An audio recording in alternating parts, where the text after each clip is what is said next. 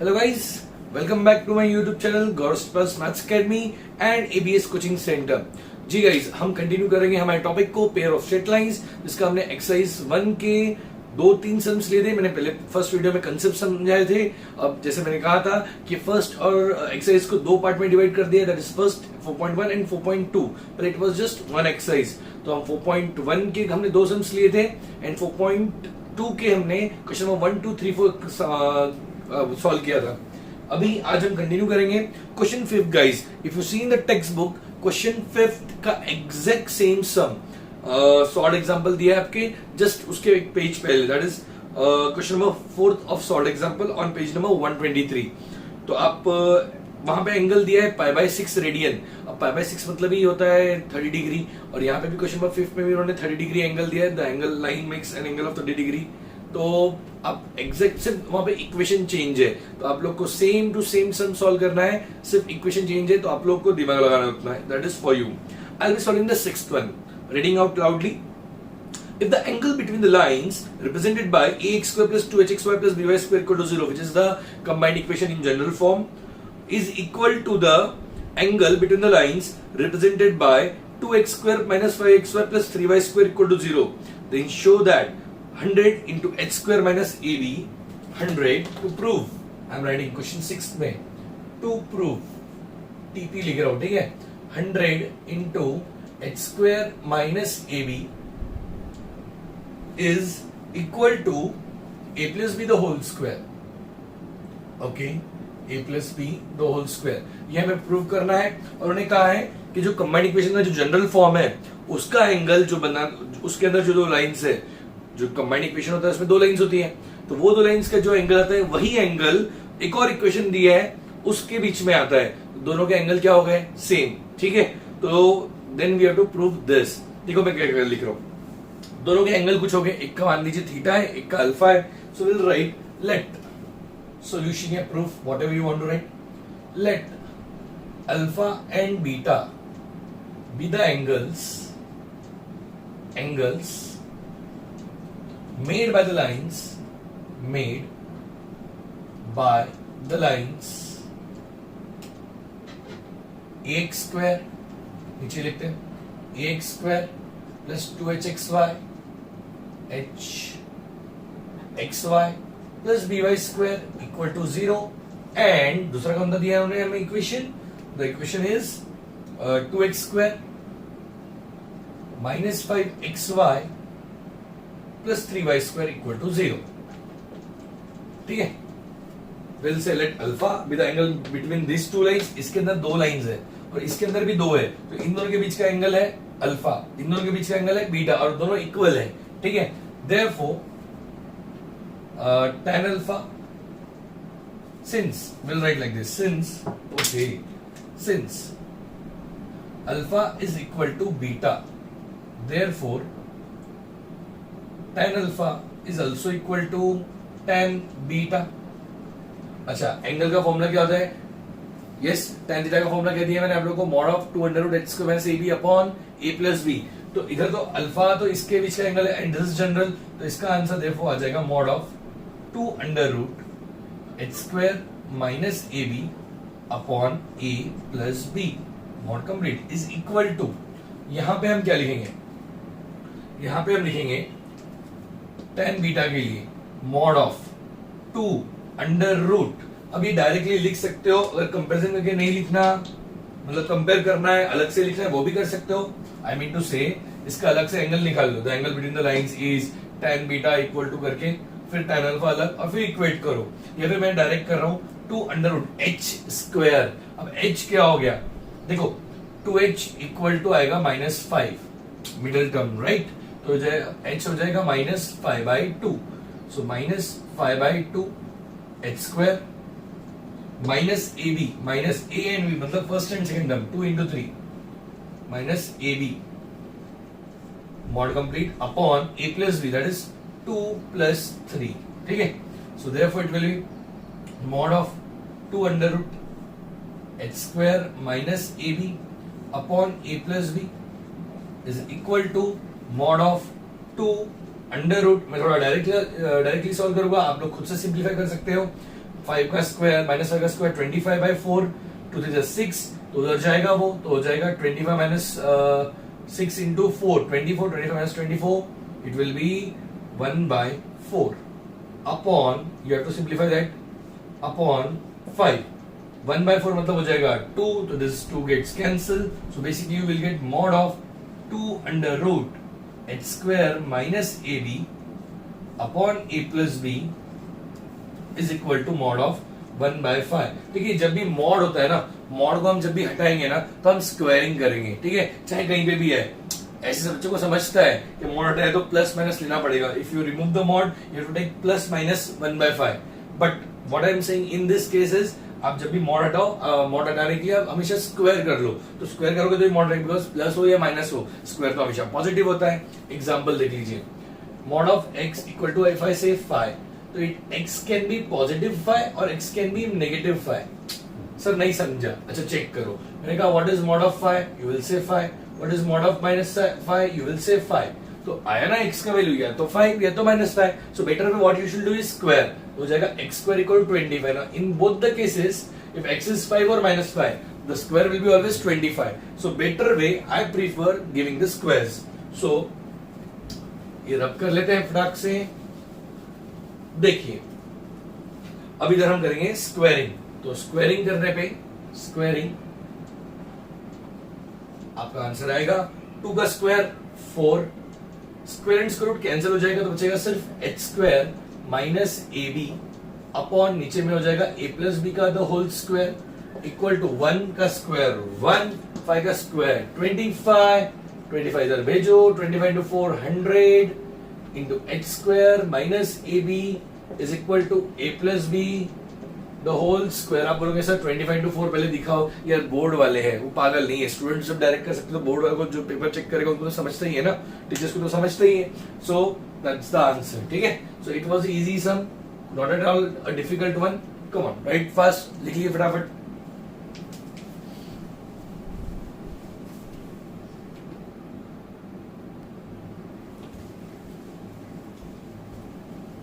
Okay guys, moving ahead, हमारा जो next sum है that is the last sum from 4.2, उसके 4.2 खत्म. And I told you guys this is one of the easiest chapters. बहुत छोटा chapter है, कुछ भी डिफिकल्ट नहीं है. जिस वे से मैं जा रहा हूं, पहले 4.1 के 2 सम्स किए, फिर ये 4.2 सॉल्व किए, फिर 4.1 कंप्लीट करेंगे हम. आप भी उसी वे से पढ़िए, उससे ना कॉन्फिडेंस बिल्डअप होगा. बिकॉज इजी सम्स हम पहले थे, धीरे धीरे डिफिकल्टी लेवल बढ़ाएंगे, ठीक है. तो देखिए, find the combined, 7th one, find the combined equation of lines passing through the origin and each of which making an angle of 60 degree with the Y axis. मतलब कंबाइंड इक्वेशन ऑफ लाइंस ढूंढना है जो origin से pass होती है. Now see this is the coordinate system, और combined equation of lines जो origin से पास हो रही है वो एंगल बना रही है, दोनों लाइंस बना रही है एंगल 60 डिग्री का. मान लीजिए ये लाइन एक है, इसने एंगल बनाया 60 डिग्री का यहां पे, ठीक है. अब दूसरी लाइन तो बना ही नहीं सकती इधर साइड से, तो you have to draw like this. Now this is L1 suppose and this is L2. This is also 60 degree.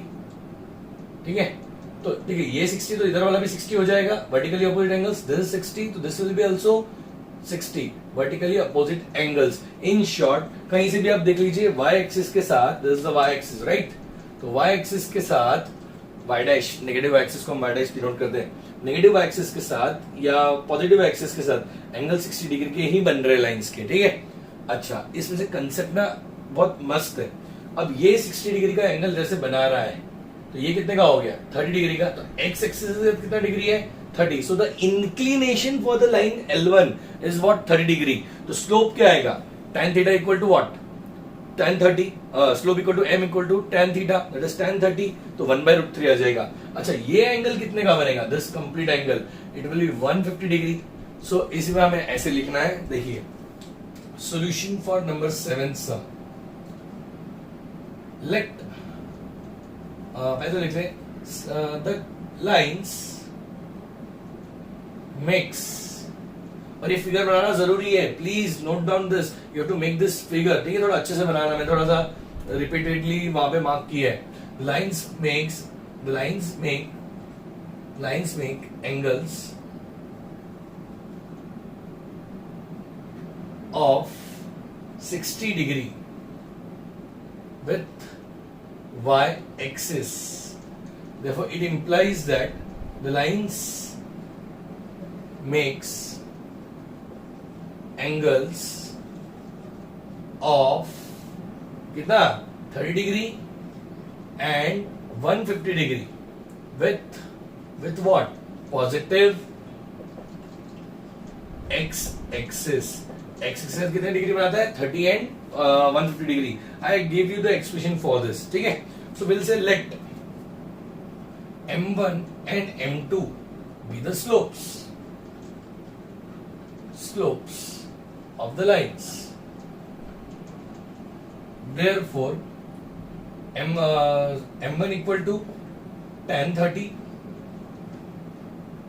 and m2 equal to tan 150. Therefore it will be m1 कितना आ जाएगा? tan 30 1 by root 3 and this will be m2 equal to minus 1 by root 3. ये कैसे आया? इसका expression मैं quickly दे रहा हूं, लिखना नहीं है, डायरेक्ट आना चाहिए आपको. tan 180 minus 30 मतलब ही 150 हुआ. 180 मतलब कौन सा एक्सिस? x पे नो चेंज, जो मैं 11 की वीडियोस में पढ़ाया है मैंने. x पे no change, therefore it will be just minus tan 30 second quadrant में है इसलिए negative.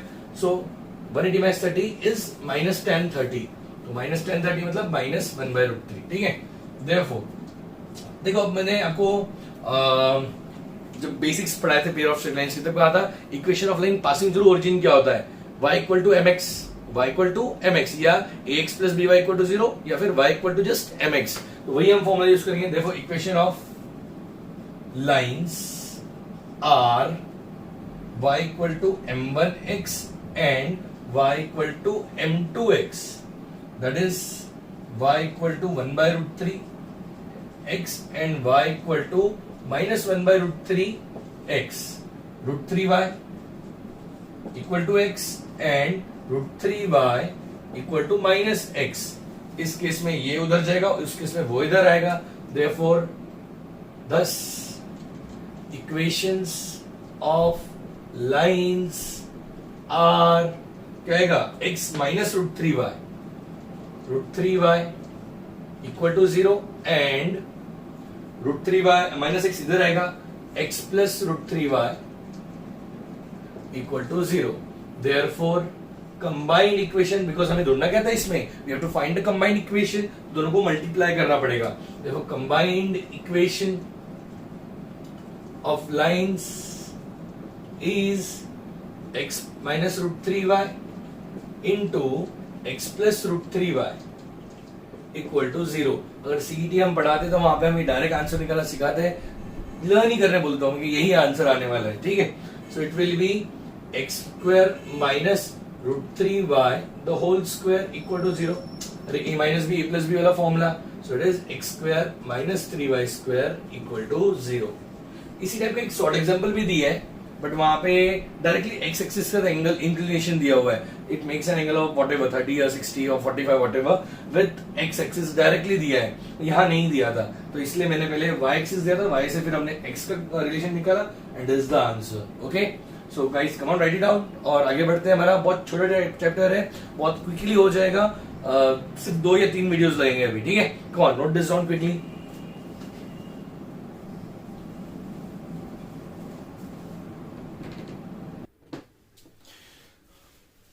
Okay guys, next sum जो हम स्टार्ट कर रहे हैं वो है एक्सरसाइज 4.1 के क्वेश्चन नंबर 1. क्वेश्चन नंबर 1 का फर्स्ट सेकंड बहुत सिंपल है. You have to multiply this to 2x plus y into 3x minus y. Multiply करो दोनों को जैसे हमने अभी पिछले सम में किया. You will get the answer. इधर भी थोड़ा मल्टीप्लाई करो, you will gate larger number of terms. यहाँ पे सिर्फ 1 2 3 4 3 या 4 टर्म्स मिलती हैं. यहाँ पे ये 3 टर्म्स आएगी, यहाँ पे थोड़ी ज्यादा टर्म्स आएगी. ठीक है? बिकॉज ये 3 है तो मल्टीप्लाई करोगे ज्यादा टर्म्स आ जाएगी. अच्छा, ये दोनों तो इजी थे.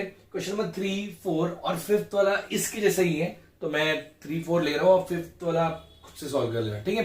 Let's begin with the third some.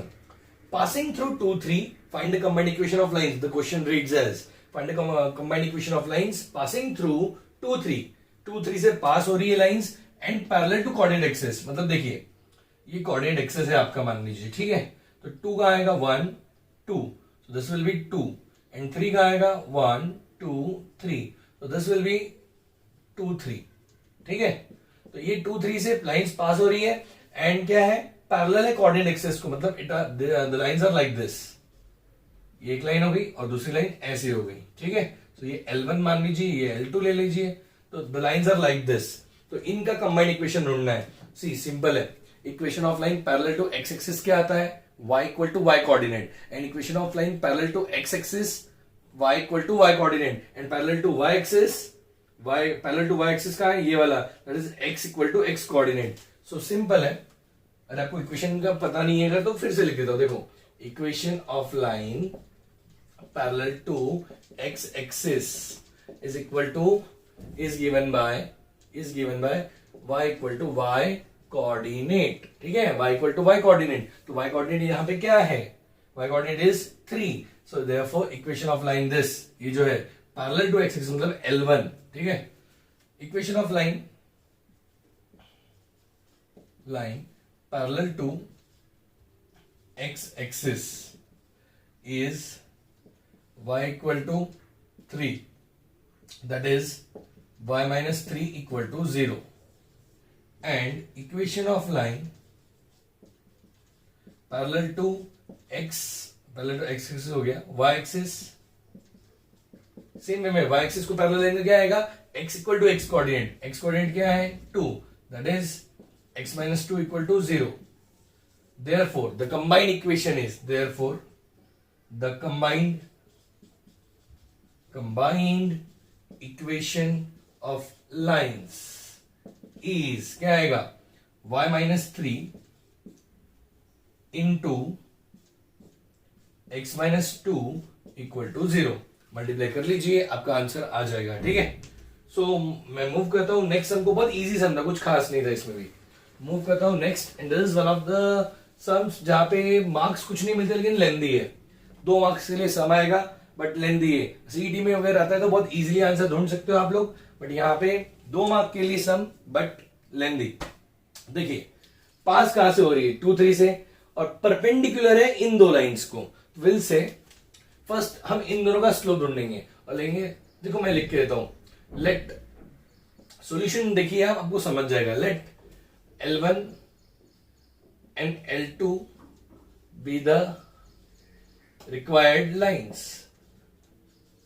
and M1 and M2 be their slopes. M1 और M2 उनके हम क्या ले लेंगे, slopes. ठीक है, now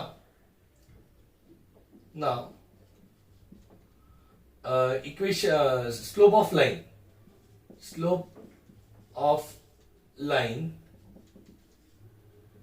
3x plus 2y minus 1 equal to 0 is, इसका स्लोप क्या आएगा. मैंने स्टार्टिंग में बेसिक्स जो फर्स्ट वीडियो था उसमें तुरंत सबसे पहले ये फॉर्मूला दिया था, minus A upon B is the formula for slope. Is minus A, तो ये हो जाएगा a, ये हो जाएगा b, तो -3/2.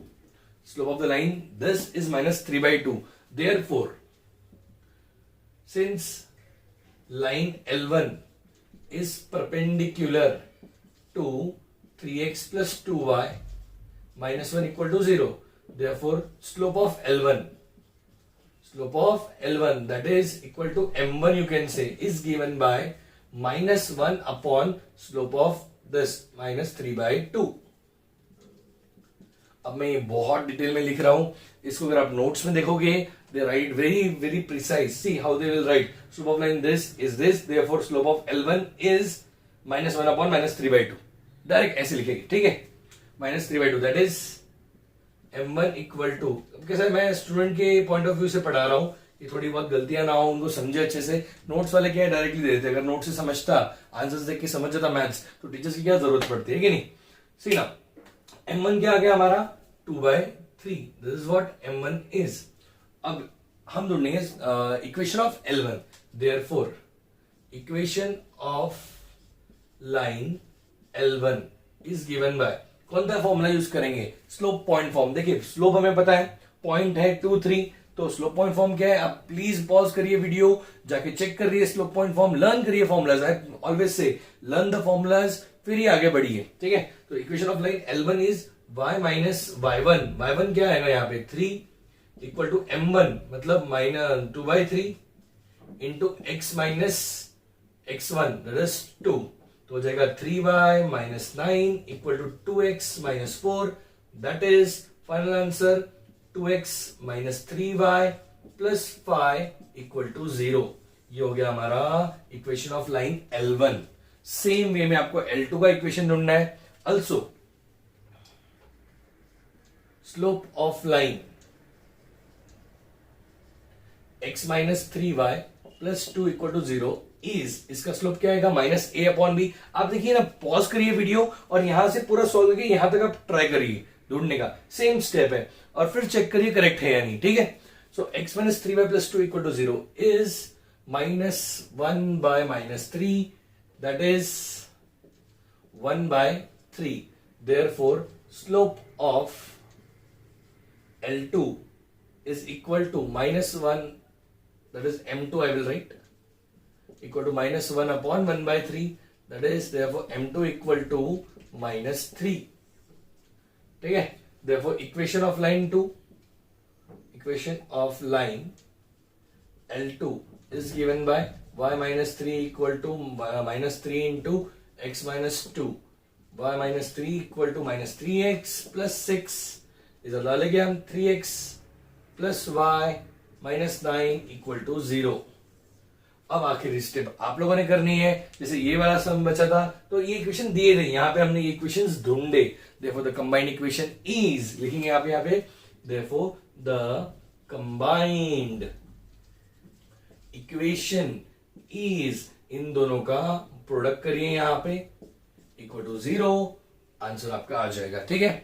सो गाइज नेक्स्ट फिफ्थ सम जो है उसमें जरा सा थोड़ा सा चेंज है, मैं रीड कर रहा हूं, same to same format same रहेगा, आपका काम थोड़ा और इजी है वहां पे मैं बोलूंगा। Passing through -1 2 and parallel to x plus 3y minus 1, x plus 3y minus 1 एक लाइन दी है, तो slope of line x plus 3y minus 1 equal to 0 is, आप ढूंढ लोगे, since the line L1 is parallel दिया है, वहां क्या दिया है पैरेलल, तो आपको ये वाली स्टेप लिखने की जरूरत नहीं है, आपको डायरेक्ट लिखना है therefore slope of L1 is equal to, direct जो आएगा वो आ जाएगा, ठीक है। बस इतना ही डिफरेंस है, और सेकंड लाइन तो आपको परपेंडिकुलर दी है तो यही फॉर्मेट यूज करना है। So guys solve this two sums जो मैंने कहे आपको, इसको मल्टीप्लाई कर लीजिए एंड फिफ्थ वाला खुद से सॉल्व करिए, आना ही चाहिए। ये नहीं आ रहा है तो अपन फिर से बेसिक्स पढ़ेंगे, 11th में जाके 11th में बैठेंगे, 12th में नहीं आ सकते आप लोग, खुद से आना ही चाहिए, ठीक है। Okay, note this down quickly, मैं आगे बढ़ता हूं फिर।